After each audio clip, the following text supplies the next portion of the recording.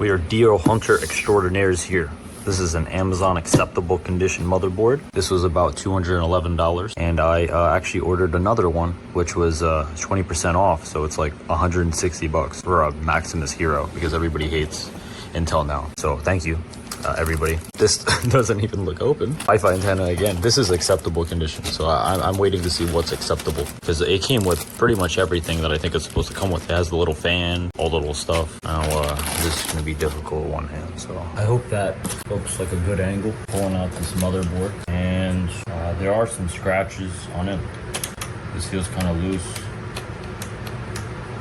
The VRMs feel like they're attached. The RAMs, sockets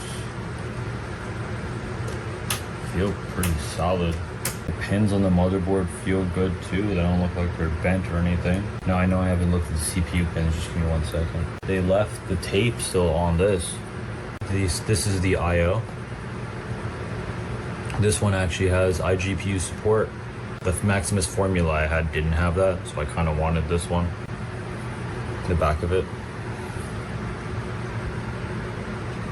But overall, I don't think there's anything wrong with it. Obviously, I have to turn it on to verify. So now I have to check the pins, LGA 1200. And I mean, I don't know if this is actually the Asus stock thing. It definitely looks like some third-party one Amazon uses or something, or whoever is the one that recertifies this. But if you're looking at the pins, they don't look like they're damaged. I have no idea how this is Amazon acceptable quality, but like, yeah, this is pretty good. We'll see how that other one comes in for $160, but I'm happy with this one. If that one comes in worse condition, then obviously I'd keep this one. But yeah, I mean, right now I'm pretty happy with this. We'll see. We'll see how this goes.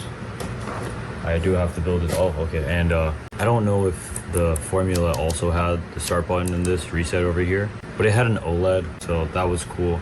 This one doesn't have an OLED, but I'm not attaching this to a water block, so I just wanted big chunky VRMs. Yeah, that's pretty much it.